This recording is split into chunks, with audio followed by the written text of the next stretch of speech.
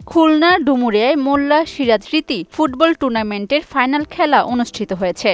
মঙ্গলবার বিকেলে জেলার মিনি স্টেডিয়ামে অনুষ্ঠিত ফাইনাল খেলায় নির্ধারিত সময়ের মধ্যে মোল্লা সিরাজ স্মৃতি সংসদ একাদশ হাসানপুর সমাজকল্যাণ একাদশকে ১-০ গোলে পরাজিত করে চ্যাম্পিয়ন হয়। এর আগে খেলার শুরুতে বেলুন ফেস্টুন পায়রা উড়িয়ে খেলার উদ্বোধন করা হয়েছে। শেষে পুরস্কার বিতরণ অনুষ্ঠানে প্রধান অতিথি হিসেবে উপস্থিত ছিলেন জেলা বিএনপি যুগ্ম আহ্বায়ক ও ডুমুরিয়া সদর ইউনিয়নের চেয়ারম্যান মোল্লা মোশাররফ হোসেন মফিজ। খেলার চ্যাম্পিয়ন দলকে নগদ ৫০,০০০ টাকা ও রানার্স আপ দলকে ৩০,০০০ টাকা প্রদান করা হয়।